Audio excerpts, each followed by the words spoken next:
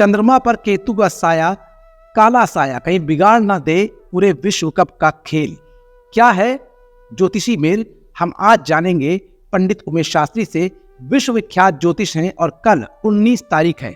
पूरे देशवासियों को, क्रिकेट प्रेमियों को इंतजार था वर्ल्ड कप का। आखिरकार वो घड़ी कल आने वाली है, लेकिन उससे पहले चंद्रमा और केतु का योग कैसे बिगाड़ रहा है मेल, और क्या होगा भारत का वर्ल्ड कप या फिर होगा ऑस्ट्रेलिया का। इन तमाम मुद्दों पर बातचीत करेंगे पंडित उमेश शास्त्री से। इनकी तमाम भविष्यवाणियां, चाहे एलविश यादव का बिग बॉस जीतना हो या फिर चंद्रयान की सफलतापूर्वक प्रक्षेपण की बात हो, इनकी सारी बातें सही हुई हैं। इन्होंने भूकंप की बात भी बताई थी और साथ साथ बताया था इजराइल और गाजा का युद्ध। तमाम बातों के बाद आज फिर ये हमारे साथ मौजूद हैं और जानेंगे कि कल 19 तारीख है और गुरु जी क्या बता रहे हैं वर्ल्ड कप के लेकर। कैसे कौन सी युति इंडिया को जीत दिला सकती है और कौन सी युति इंडिया का खेल बिगाड़ सकती, किस उपाय से आखिरकार इंडिया का होगा वर्ल्ड कप। आइए शुरुआत करते हैं। पंडित उमेश शास्त्री जी, एसकेडी में आपका बहुत बहुत स्वागत है। जय माता जी। गुरु जी, एक सबसे बड़ा सवाल है कि 4 साल 5 साल इंसान इंतजार करता है और वो घड़ी आखिरकार आ ही गई है। और वो घड़ी है कि अब कल वर्ल्ड कप है। पूरे देश की निगाहें, क्रिकेट प्रेमियों की निगाहें टिकी हुई हैं। ऐसे में कौन से योग बन रहे हैं, आपको जितना अनुभव है, क्योंकि तमाम भविष्यवाणियां आपकी इसी चैनल पर एसकेडी एस्ट्रो की तमाम लगातार सही साबित हुई हैं। ऐसे में आपका अनुभव क्या कहता है? भारतीय कुंडली की अगर बात करें और ऑस्ट्रेलिया कुंडली की बात करें, दोनों कप्तानों की कुंडली की बात करें, भारत देश की कुंडली की बात करें, तो उसमें क्या आपको लग रहा है कि इंडिया का हो सकता है वर्ल्ड कप? देखिए, ज्योतिष के आधार पे अगर देखा जाता है तो ऑस्ट्रेलिया जो है 1 जनवरी सन 1901 को आज़ाद हुआ।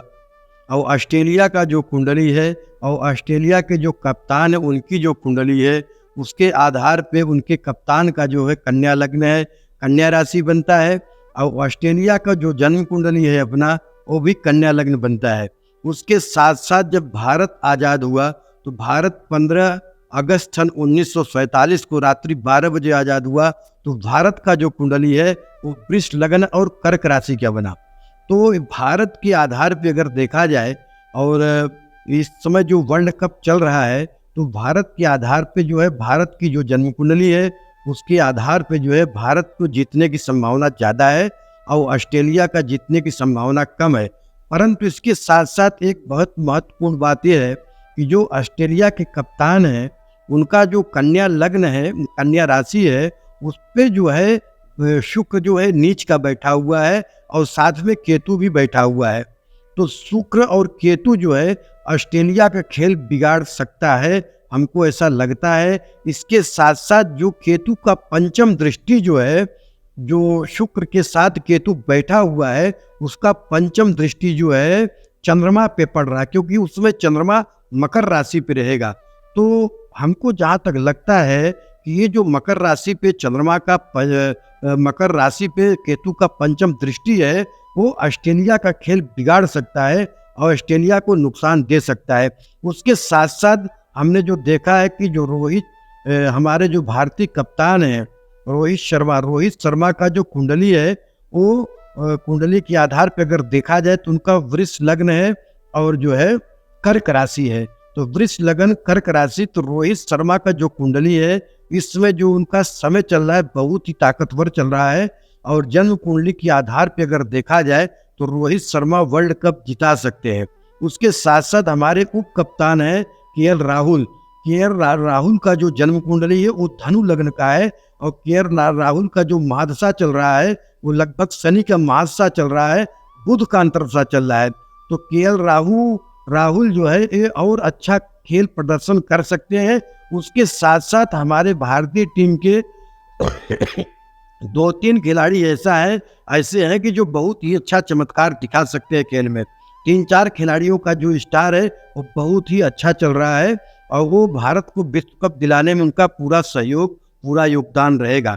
इसके साथ साथ मैं आपको बताना चाहता हूँ कि 2 अप्रैल सन 2011 को लगभग 2 बजे जो वर्ल्ड कप महाराष्ट्र में हुआ था, उस वर्ल्ड कप में जो है भारतीय टीम जीती हुई थी।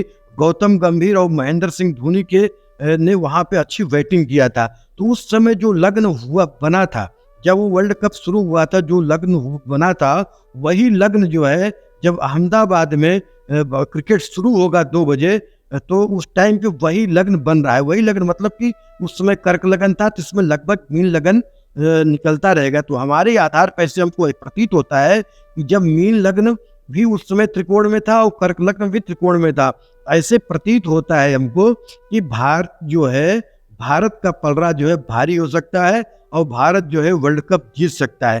परंतु इसमें 2-3 समस्याएं हैं। एक समस्या है कि जो राहु केतु का जो पंचम दृष्टि है वो किसी भी देश का खेल बिगाड़ सकता है।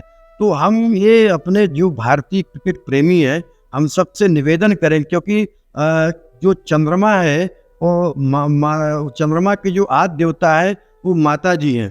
तो अगर चंद्रमा को बलवान करना है और भारत की जो कुंडली है उसके आधार पर अगर देखा जाए तो चंद्रमा जो है तृतीय भाव में बैठा, क्योंकि जब भारत देश आजाद हुआ था तो वृष लग्न था, तो चंद्रमा तृतीय भाव में बैठेगा।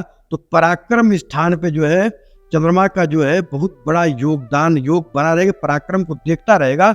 इसलिए हम अपने जो भारतीय क्रिकेट प्रेमी है सबसे मैं निवेदन करूंगा कि ये जो चंद्रमा को बलवान करने के लिए, ऊर्जा लाने के लिए हमारे जो खिलाड़ी हैं उनके अंदर और ऊर्जा आए। हमको क्या करना चाहिए जिससे उनके अंदर और ज़्यादा ऊर्जा विद्यमान हो जाए और हम जो है खेल जीत जाए। देखिए, खेल चाहे रण हो या चाहे खेल हो, एक बराबर होता है। तो हमारे जितने भी सेना है या जो भी खिलाड़ी, उसके लिए हमको कामना करना चाहिए। तो हमारा जो दिमाग कहता है, हमारा जो सोच कहता है, ज्योतिष की जो दृष्टि कहता है, उसके आधार पे अगर हम जितनी भी क्रिकेट प्रेमी है और जो भी क्रिकेट से थोड़ा भी संबंध रखता है, क्योंकि मैं तो खुद क्रिकेट देखता हूँ और मैं क्रिकेट के बारे में अपना उपाय करता रहता हूँ, मैं किसी को बताने नहीं जाता हूँ।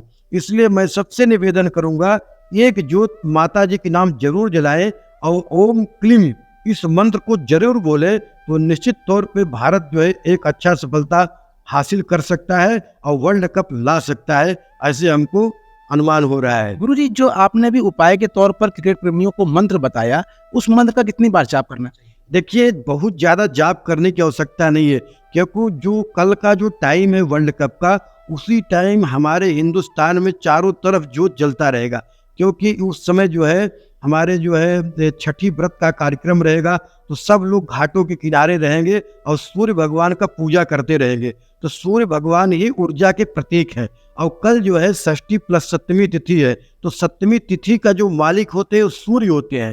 इसलिए सूर्य को बलवान करने के लिए, और जो हिंदुस्तान की कुंडली है, जो रोहित शर्मा की कुंडली है, उसमें सूर्य ही बलवान, सूर्य जितना ताकतवर होगा उतना ही बड़ी विजय प्राप्त होगा। इसलिए जो है एक एक जोत जलाने से, तो जो जोत जलती है वो ऊर्जा होता है, ऊर्जा का संचार होता है, तो उससे सूर्य और ऊर्जा का बहुत बड़ा संबंध है।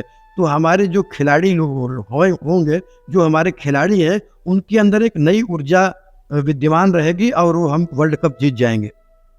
ये पंडित उमेश शास्त्री जी थे, विश्वविख्यात ज्योतिषी हैं और इनकी जो भी भविष्यवाणियां सच हुई है, आज उन्होंने एक बहुत बड़ा खुलासा एसकेडी एस्ट्रो के जरिए किया है, जिसमें उन्होंने साफ तौर पर बताया कि भारत की क्या कुंडली है, रोहित शर्मा कितने स्ट्रांग है, और साथ साथ केएल राहुल की भी बात की, और ऑस्ट्रेलिया जब आज़ाद हुआ तब से लेकर अब तक कौन कौन से ग्रहों का योग था और कल कौन सा योग बनेगा और उस योग के क्या फायदे मिलेंगे हमारे भारत की टीम को और क्रिकेट प्रेमियों को, कौन सा उपाय करना चाहिए, सब कुछ बताया पंडित उमेश शास्त्री ने। अगली बार फिर हाजिर होंगे पंडित उमेश शास्त्री के साथ कुछ और भविष्यवाणियों के को लेकर। तब तक के लिए मनीष गुप्ता और पंडित उमेश शास्त्री जी को दीजिए इजाजत। नमस्कार, शब्बा खैर, शुभ रात्रि।